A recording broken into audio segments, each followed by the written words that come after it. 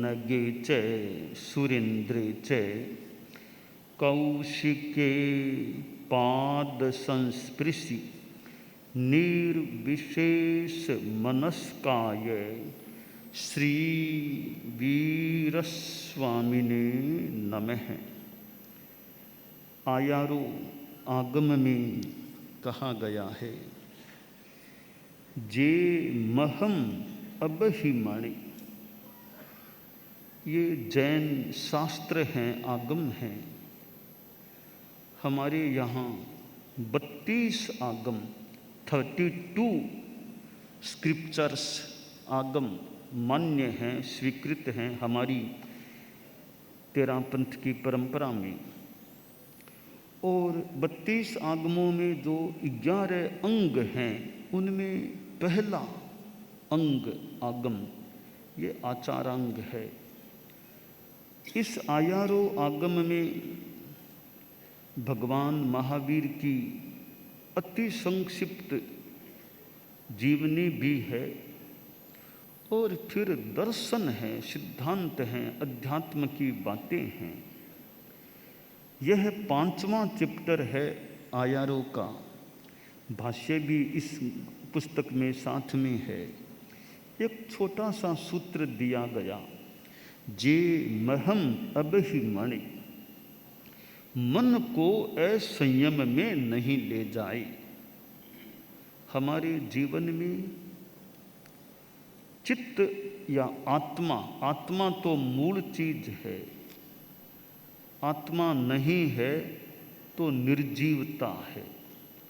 दुनिया में 2 ही चीजें हैं, एक है जीव, दूसरा तत्व है अजीव। इन 2 के सिवाय इस दुनिया में और कुछ भी नहीं है।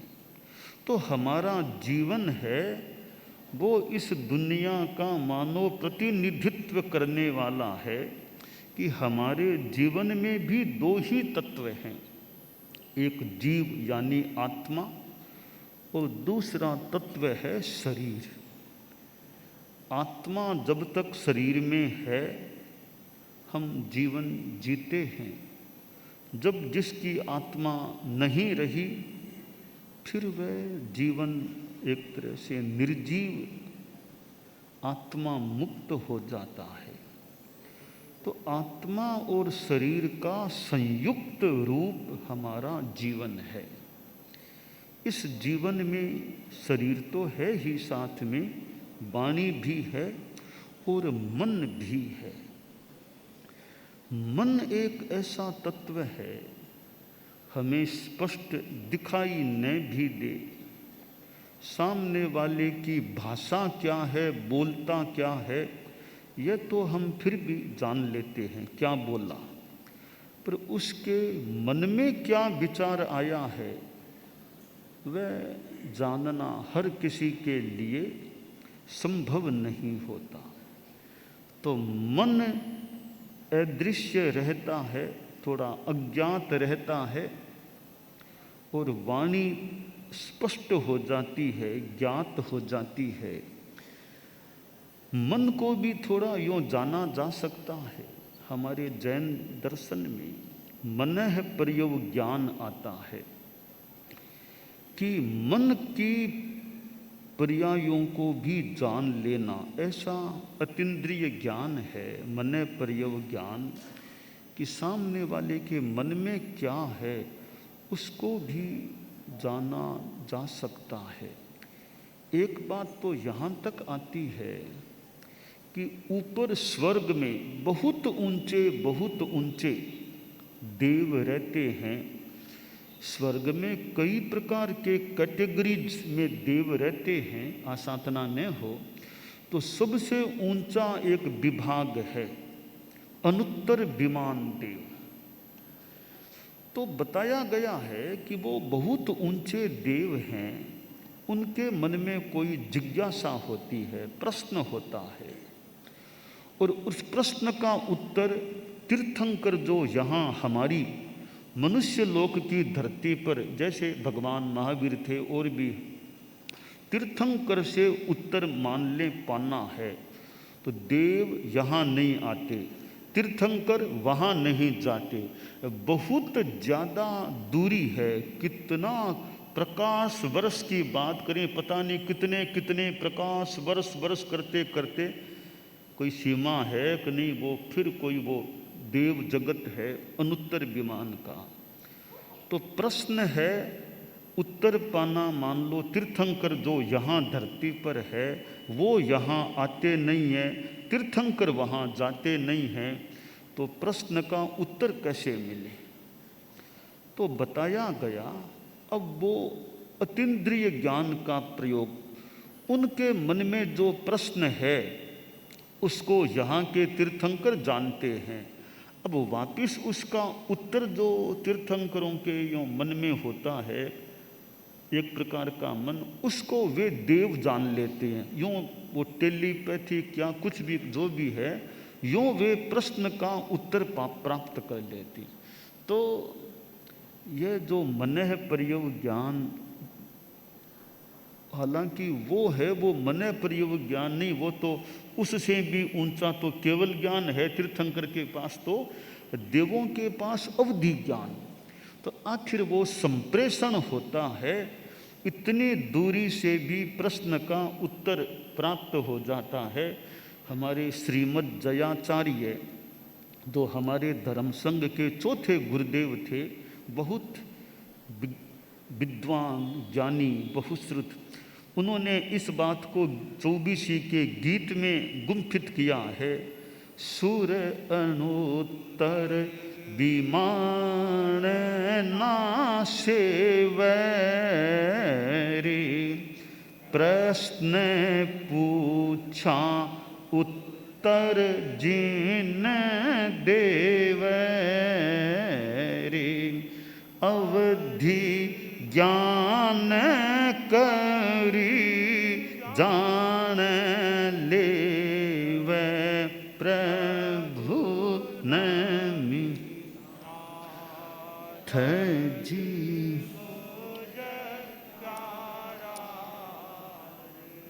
तो मन भी सब प्राणियों में नहीं होता। जो संगी समनस्क प्राणी हैं, जैसे हम मनुष्य हैं, ये घोड़े गाय आदि जो संगी हैं उनमें मन होता है, देवों के मन होता है, नरक के नारकीय जीवों के मन होता है। सब प्राणियों के, जैसे कीड़ा मकोड़ा, इनके मन नहीं होता, पेड़ पौधे, इनके मन नहीं होता। तो मन जिनके पास है, अब यहाँ शास्त्र में बताया गया, एबहि मणि, मन को असंयम में नहीं ले जाओ, मत ले जाओ, मन का संयम रखो। आज जितने भी ये अपराध होते हैं उनमें मन का भी बड़ा योगदान है। आदमी सोचेगा फिर अपराध में जाएगा, तो मन का संयम हो कि गलत काम करने की इच्छा भी मत करो। 5 बातें कि बुरा सोचो मत, बुरा देखो मत, बुरा सुनो मत, बुरा बोलो मत, बुरा काम करो मत। अच्छा सोचो, अच्छा देखो, अच्छा सुनो, अच्छा बोलो, अच्छा काम करो। अच्छा करेंगे तो जीवन अच्छा रहेगा, आत्मा अच्छी रहेगी। कोई बुरा करता है तो आत्मा बुरी बनती है, पाप कर्मों का बंध हो सकता है। तो मन को बाहर मत जाने दो, यानी संयम में रखो, कंट्रोल में रखो। दुनिया में युद्ध होता है, युद्ध मान लो सम्रांगण में हो, वो तो बाद में। युद्ध का प्रारंभ तो आदमी के भाव में और मन में पहले होता है, फिर वह बाहर में परिणत हो जाता है, हो सकता है। शास्त्र में जो एबहि मणि, मन को बाहर मत जाने दो, कंट्रोल रखो। अब हम साधना करते हैं, जप करते हैं, ध्यान करते हैं, कई बार हमारा मन और कहीं चला जाता है। विचार इतने आते हैं, कि थोड़ी देर में ही मन कहीं चला जाता है।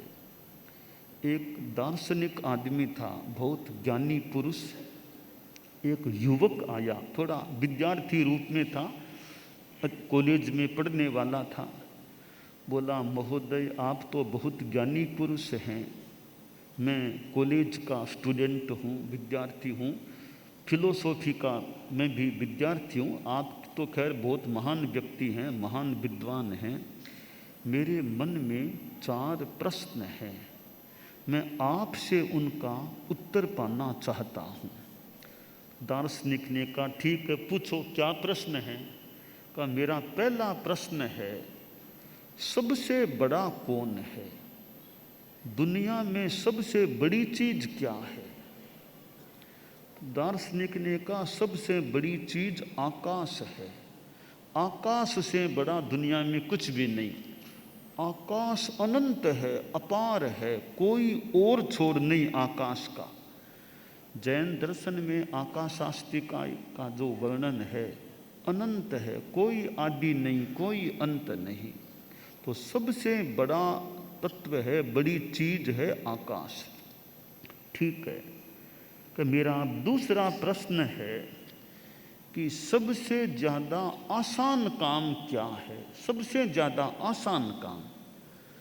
दार्शनिक ने कहा, दूसरों की निंदा करना आसान काम है। हर किसी की कोई मान लो थोड़ा पढ़ा लिखा किसी की निंदा कर दे, आलोचना कर दे, तो निंदा करना आसान काम है।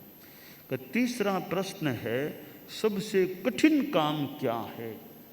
दार्शनिक बोला, सबसे कठिन काम है अपनी पहचान, आत्मा की पहचान करना सबसे कठिन काम है। अब डॉक्टर्स हैं, मान लो शरीर को जानते हैं, शरीर के भीतर में क्या अंग अवयव, क्या भीतर में क्या कार्य, वो मान लो जान लेते हैं। MRI है, CT स्कैन है, एक्सरे, सोनो, भीतर की प्रक्रिया को जान ले। वो शरीर को जान सकते हैं, पर आत्मा को जान लेना ये डॉक्टरी का भी संभवतः विषय नहीं है। आत्मा उससे भी आगे है कि मैं कौन हूँ। मैं शरीर नहीं, मैं आत्मा हूँ। शरीर तो नश्वर है और आत्मा अविनश्वर है, शाश्वत है, कभी नहीं मरती। दुनिया की कोई ताकत नहीं है, कोई ऐसा शस्त्र नहीं है जो आत्मा को खत्म कर दे। कोई भी आत्मा को खत्म नहीं कर सकता। आग में डाल दो आदमी को, शरीर भले जल जाएगा, आत्मा नहीं जलेगी। तो आत्मा अमर है, शरीर नश्वर है। अब जो यह मन है, जो यह बाहर जाता है और हम शरीर को पहचान लेते हैं, थोड़ा मन को भी जान ले, पर आत्मा क्या है उसकी पहचान करना बड़ा कठिन है। ऋषि महर्षि जिन्होंने कोई आत्मा का साक्षात्कार किया, बाकी सामान्य आदमी के लिए आत्मा का पूर्ण साक्षात्कार करना बड़ा कठिन काम। तीसरा प्रश्न पूछा था, सबसे कठिन क्या है? कि आत्मा का साक्षात्कार करना, पहचान करना सबसे कठिन काम है। चौथा प्रश्न पूछा, सबसे ज़्यादा गतिशील कौन है? सबसे ज़्यादा गतिशील कि प्लेन कितनी तेज गति से, अब हमें तो चलना है तो पैरों से चल के जाएं, यहाँ से पंजाब जाएं, दिल्ली जाएं, कितने महीने लग जाएंगे। कटारिया साहब को जाना हो, शायद कुछ घंटों में यहाँ से कहीं पहुँच जाएं, पंजाब पहुँचें, दिल्ली पहुँचें, क्योंकि प्लेन वाहन के द्वारा। पर मन की गति और भी तेज माने, मन तो क्षण भर में यहाँ से अमेरिका की स्मृति में चला जाए। दार्शनिक बोला, सबसे ज़्यादा गतिशील है आदमी का विचार, आदमी का मन। तो यह शास्त्र में जो बात आई, अब ही मणे, अब मन को कंट्रोल में रखना, मन में बुरे विचार न आए, मन में बुरे विचार न आए और मन में चंचलता ज़्यादा न रहे। ये 2 चीज़ें काम की है मन के लिए कि बुरे विचार नहीं करना और ज़्यादा चंचलता में नहीं रहना, स्थिरता में रहना। प्रेक्षा ध्यान जो आचार्य श्री तुलसी के समय शुरू हुआ था, आचार्य महाप्रज्ञ जी इसके मुख्य मानव संवाहक थे। तो यह प्रेक्षा ध्यान शिविर भी लगा हुआ है कि प्रेक्षा ध्यान से हम चित्त की एक स्थिरता कह दें, मन की चंचलता को कम करने का और मन को राग द्वेष मुक्त रखना, यह अभ्यास करें, यह साधना करें, यह विशेष बात होती है।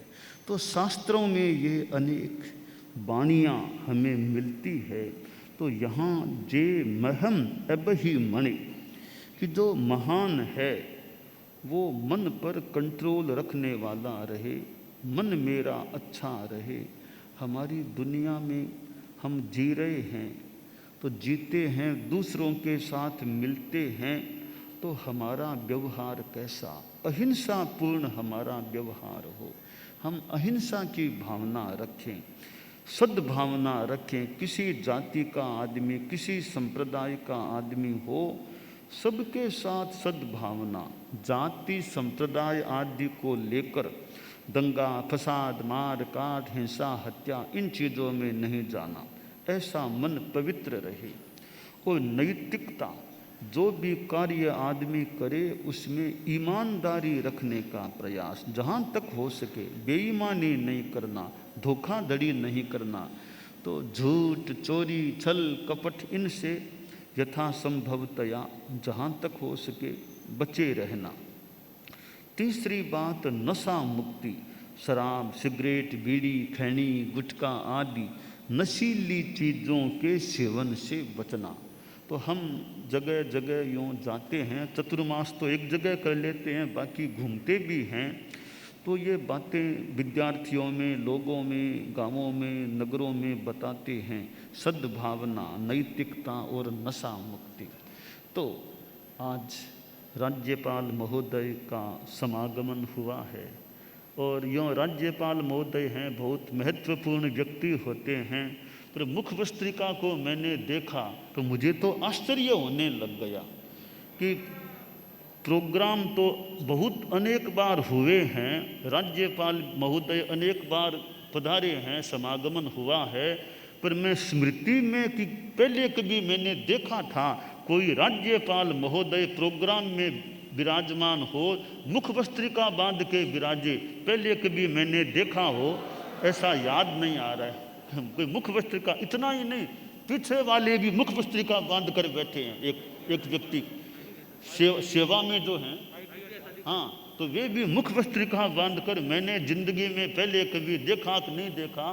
कोरोना का मास्क होना अलग चीज़ है, पूरी मुखपत्रिका जो धार्मिक हमारा है, मैंने तो इतने प्रोग्राम गुरुदेव तुलसी के समय देखे होंगे, आचार्य महाप्रज्ञ जी के समय और बाद में भी, पर कोई राज्यपाल महोदय प्रोग्राम में मुखपत्रिका बांधकर उपस्थित रहे, यह स्मृति में पहले कभी देखा हुआ याद नहीं आ रहा है। तो आज आपका कटारिया जी का पहले मेवाड़ में और में, आज यहाँ प्रेक्षा विश्व भारती में समागमन हुआ है। तो हमें यह शास्त्रों की वाणी भी प्राप्त है और जैन दर्शन, जैन धर्म जिसमें अहिंसा, संयम, तप, यह अनेकांत, अपरिग्रह, कितनी बातें हैं जिनसे हमारी आत्मा का कल्याण हो, हम आत्म कल्याण की दिशा में, मोक्ष की दिशा में आगे बढ़ें। और यह राजनीति का और फिर यह राज्यपाल का जिम्मेवारी का काम होता है, यह भी बड़ा एक सेवा का कार्य होता है। इस सेवा में भी निर्मलता और साथ में अपनी धार्मिकता बनी रहे। तो यह आज का जो हमारा कार्यक्रम, वैसे तो नवरात्र का अनुष्ठान का भी इसमें जुड़ा हुआ है, प्रवचन हमारा रोज होता है, पर प्रवचन में राज्यपाल महोदय की उपस्थिति का होना, एक श्रावक के रूप में उनको देखना, मुखपत्रिका एक श्रावक की मानो पहचान कराने वाला सा है, उस रूप में आपको देख रहे हैं, यह एक विशेष बात है। साथ में आए हैं, श्राविका जी कह दें, कुछ भी कह दें, उनका भी साथ में आना हुआ है, मुखपत्रिका बांधी हुई है, बहुत अच्छी बात है। खूब अच्छी साधना, अच्छा क्रम चलता है।